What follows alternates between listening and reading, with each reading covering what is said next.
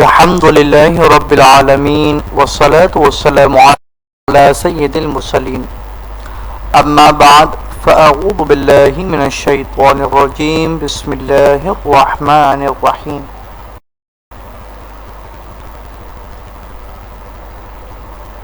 अस्सलामु अलैकुम व रहमतुल्लाहि व बरकातुहू। Dear children, today we will study chapter transportation in plant and animal of science for class 7।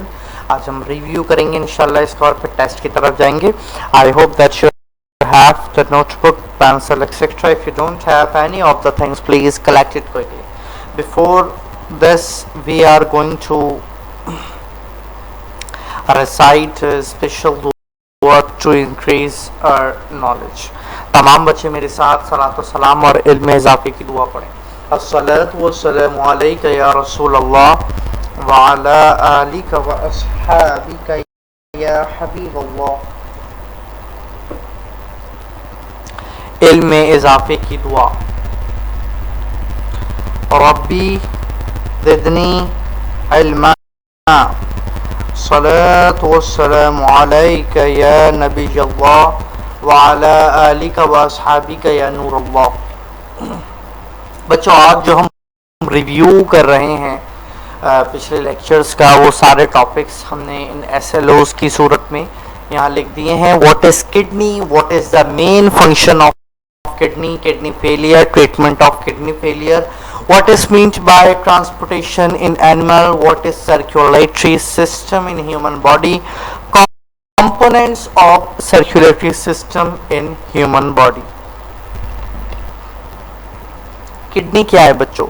मैंने आप लोगों को पहले बताया था, ये पेयर है बीन शेप्ड ऑर्गन का जो हमारी लेटरल साइड्स पर स्पाइन की होता है, यानी एब्डोमेन की बैक साइड। हमारी किडनी का साइज 4 to 5 इंचेस होता है।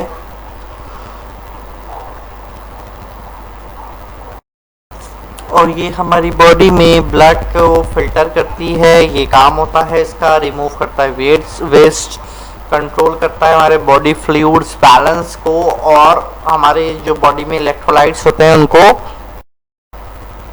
राइट लेवल पर रखता है। और जितना भी ब्लड है हमारी बॉडी में, कई मर्तबा इससे गुजर कर प्योरीफाई होकर हमारी बॉडी में दोबारा आता है। बच्चों, ये पूरा प्रोसेस था जिसके ज़रिए हम बता रहे थे कि ब्लड किस तरीके से किडनी में आता है, किस तरीके से उसमें से वेस्ट रिमूव्ड होता है और किस तरीके से एडजस्टमेंट होती है इनमें। और फिर जो वेस्ट होता है वो यूरिनरी ब्लैडर में in the form of urine store हो जाता है, और फिर वो क्या करता है, हमारी बॉडी से उसको एक्सक्रीट कर देता है। तो ये ड्रेन ऑर्गन है, और फिर इसमें जो है हमारी बॉडी में ब्लड का जितना भी वेस्ट होता है वो स्टोर होता है।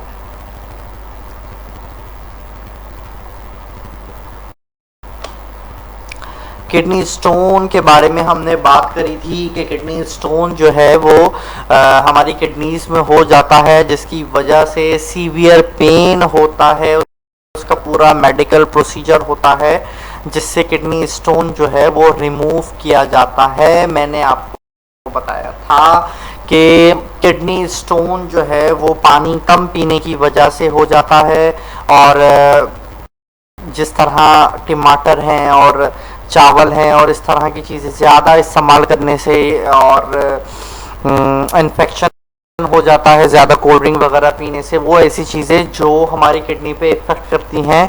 और हमारी बॉडी में जो सॉल्ट और मिनरल्स होते हैं यूरिन के अंदर, वो बहुत ज़्यादा बढ़ जाते हैं। कुछ ना कुछ ऐसा प्रोसीजर होता है जिसकी वजह से ज़्यादा मिनरल हो जाते हैं, इस वजह से हमारी और हमारी बॉडी में जो है वो लिक्विड जो है वो इनफ नहीं होता। तो फिर ये जो ऑब्जेक्ट्स होते हैं इस तरह के पेबल लाइक, वो फॉर्म होना शुरू हो जाते हैं। क्या बोला बच्चों मैंने?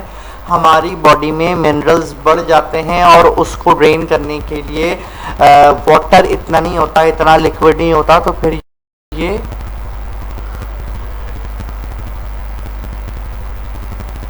ऑर्गन्स बन जाते हैं। किडनी स्टोन के कॉजेज़ क्या हैं वो मैंने आप लोगों से डिस्कस करे थे कि ये कॉजेज़ जो हैं वो इन तीन चीज़ें जो होती हैं वो तीन मिनरल्स जो होते हैं उनके हाई लेवल हो जाना यूरिन में, तो उसकी वजह से होता है। कैल्शियम ऑक्सलेट और हम यूरिक एसिड की बात कर रहे थे कि इन तीनों के बढ़ने की वजह से भी ऐसा होता है। तो हम जो है ज़्यादा से ज़्यादा पानी पिएं, जूसेस पिएं और ऐसे फ्लूइड्स का इस्तेमाल करें जो हमारी बॉडी में जो है प्योरिफिकेशन और ड्रेनेज का काम बहुत अच्छे से कर सकें। तो इससे क्या होता है कि कॉजेज ऑफ किडनी स्टोन में या किडनी फेलियर में कमी आती है। अब हम सिम्टम्स की बात करते हैं। किडनी स्टोन्स जो हैं उनका इफेक्ट जो होता है वो किसी पर भी हो सकता है, किसी भी वजह से हो सकता है। बैक साइड पे पेन हो सकता है, लोअर बेली साइड पर पेन हो सकता है, बहुत ज़्यादा यूरिनेटिंग हो सकता है, यूरिन के वक्त जलन हो सकती है, पेन हो सकता है, यूरिन का colour cloudy pink, red, brown हो सकता है, मतली हो सकती है, स्टमक पेन हो सकता है, फीवर और चिल्स हो सकता है।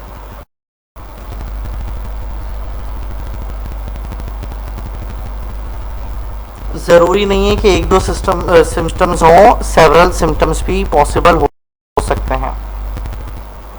इसका डायग्नोस क्या है? किडनी स्टोन डॉक्टर आपको बता देता है, अपॉइंटमेंट ले आप, वो आपको बताएगा कि आप कंफर्टेबल हैं उठने बैठने में, लेटने में। वो आपसे पूछेगा कि आपको सीवियर पेन या मतली तो नहीं हो रही, आपने अपने यूरिन में ब्लड तो फील नहीं किया कि वो आ रहा हो, तो इस तरह की चीज़ें हैं। तो फिर वो आपको मेडिकेशन, विटामिन सप्लीमेंट्स दे देगा जिसके थ्रू वो ब्रेक डाउन होके आपकी यूरिन के जरिए बाहर आ जाएगा। या फिर अगर ज़्यादा सीवियर पेन है तो अल्ट्रासाउंड के थ्रू वो ये डायग्नोस करेगा कि भाई ये किस ऑर्गन के किस तरफ है, किडनी ऑर्गन में किस ऑर्गन में है, किस तरफ लोकेट करता है, तो वो इस हिसाब से आपकी ट्रीटमेंट करेगा। अब हम आ जाते हैं ट्रांसपोर्टेशन एनिमल में क्या होती है। ट्रांसपोर्टेशन एनिमल के बारे में हम थोड़ा सा पढ़ते हैं। ट्रांसपोर्टेशन के बारे में हम अगर आपके माइंड में कोई ऐसी बात है, ट्रांसपोर्ट मतलब होता है एक जगह से दूसरी जगह लेके जाना। तो हम एनिमल्स, हमारी बॉडी में बहुत सारी चीज़ें हैं जो ट्रांसपोर्ट हो रही हैं।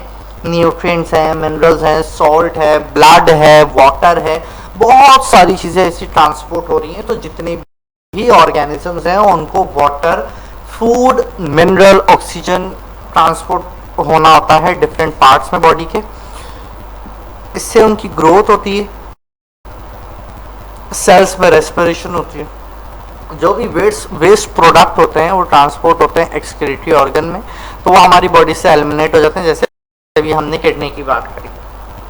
तो अब हम पढ़ते हैं कि एनिमल में ट्रांसपोर्टेशन, ये जो सिस्टम है सर्कुलेटरी, वो किस पे डिपेंडेंट होता है। ये इंडिपेंडेंट होता है एक सिस्टम पर जो वर्क टुगेदर कर रहा होता है, जैसे हार्ट, कार्डियोवैस्कुलर सिस्टम। बच्चों ये एक पंप मशीन है।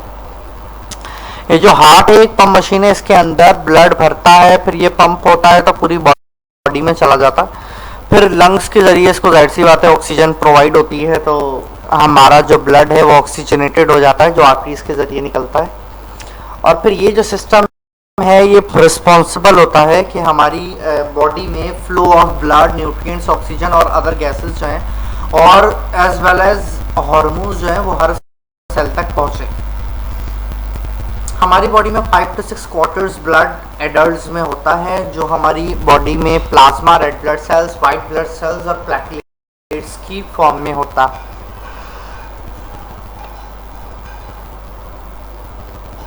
बच्चों हम हार्ट की बात कर रहे थे, ये मस्कुलर ऑर्गन है, इसके 4 चेम्बर्स होते हैं। हम बात करते हैं लेफ्ट एट्रियम और ऑरिकल, एट्रियम भी बोलते हैं और ऑरिकल भी बोलते हैं। फिर हम आते हैं लेफ्ट वेंट्रिकल, फिर हम आते हैं राइट ऑरिकल और फिर राइट वेंट्रिकल। ये 4 चेम्बर्स, 4 कंपार्टमेंट्स होते हैं जिनके अंदर ब्लड आता है और फिर पंप होता है बच्चों। और ये जो है समझ लें कि जस्ट लोकेट होता है behind and slightly left of the breast bone. हमारी जो चेस्ट बोन है, थॉरैसिक कैविटी है, इसके अंदर स्लाइटली लेफ्ट साइड पर होता है। तो ये हमारी बॉडी में ब्लड सप्लाई करता है और इसका एक नेटवर्क होता है आर्टरीज और वेन्स का, जिसको हम कार्डियोवैस्कुलर सिस्टम कहते हैं। सिस्टमैटिक सर्कुलेशन जो मेजर पोर्शन है हमारी सर्कुलेटरी सिस्टम का, इसका जो नेटवर्क है वो वेन्स, आर्टरीज और ब्लड वेसल्स के जरिए थ्रो होता है। ऑक्सीजनेटेड ब्लड हमारे हार्ट से डिलीवर करता है ऑक्सीजन को, तमाम ग़िज़ाइयत को हमारी बॉडी सेल्स में, और फिर रिटर्न होता है। तो फिर ये डीऑक्सीजनेटेड ब्लड हो जाता है, ये हमारी हार्ट तक पहुंचता है। तो बच्चों, हमारा जो अंदर का जो सिस्टम है वो बहुत ही ज़्यादा सोफिस्टिकेटेड है।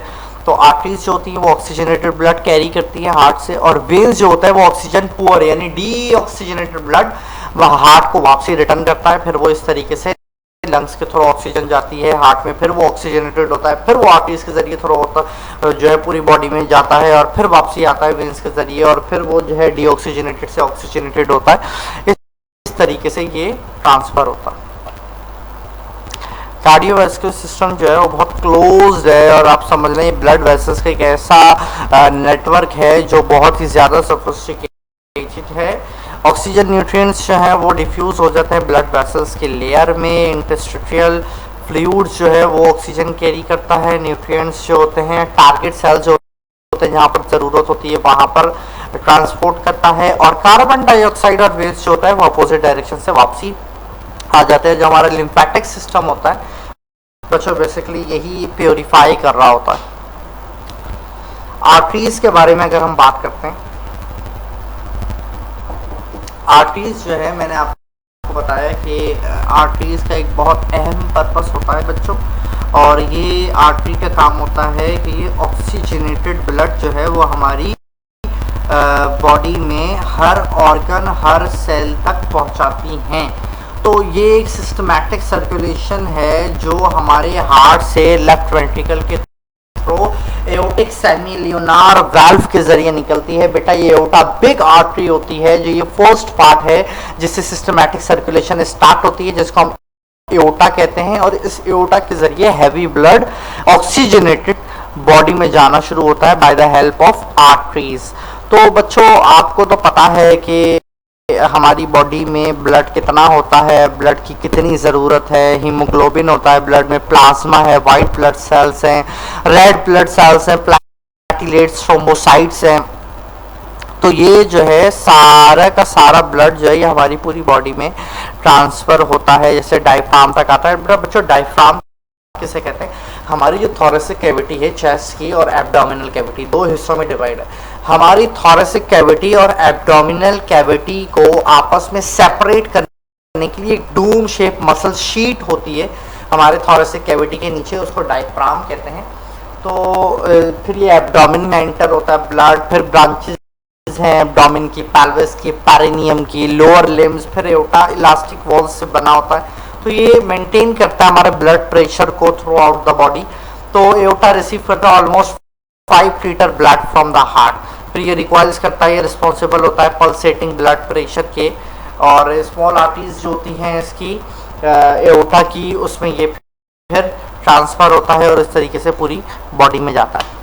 कैपिलरीज क्या होती हैं? ये आर्टरीज की जो छोटी स्मॉल पैसेजेस होते हैं, छोटे छोटे, उनके आर्टरियोल्स कहते हैं, और फिर वो उसमें कैपिलरीज। अब मिसाल के तौर पे बच्चों, हमारी उंगलियां हैं, फिंगर्स हैं, इनके अंदर तो बड़ी बिग आर्टरी नहीं जा सकती, और आपको पता है कि हमारी फिंगर्स कितनी नाजुक होती हैं। तो इनके अंदर कैपिलरीज जाती हैं छोटी छोटी सी, जो ब्लड सप्लाई करती हैं हमारे हर ऑर्गन को।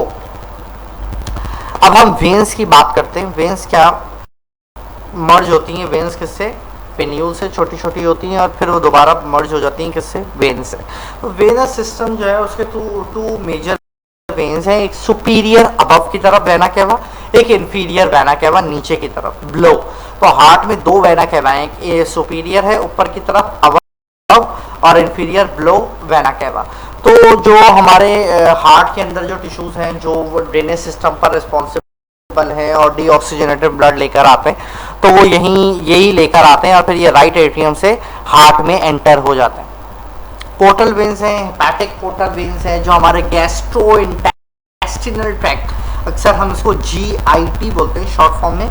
बच्चों, ये एब्डोमेन का पूरा रीजन होता है, इसको हम गैस्ट्रो इंटेस्टिनल ट्रैक्ट कहते हैं, और हम डॉक्टर्स को भी दिखाते हैं तो हम बोलते हैं भाई जीआई के डॉक्टर को दिखाना है, तो वो समझ जाते हैं कि भाई एब्डोमेन का जो स्पेशलिस्ट है उसको हमने दिखाना होगा। तो बच्चों इसमें हमारा जो लिवर है उसका बहुत एक अहम किरदार है, और उसके अंदर एक हेपेटिक पोर्टल वेन होती है, तो वो उसको लीड करता है कि ये हार्ट में दोबारा से ब्लड जाए, लीड करता है directly back to the heart. ये स्पेसिफिक वेन है जिसको हम हेपेटिक पोर्टल वेन कहते हैं।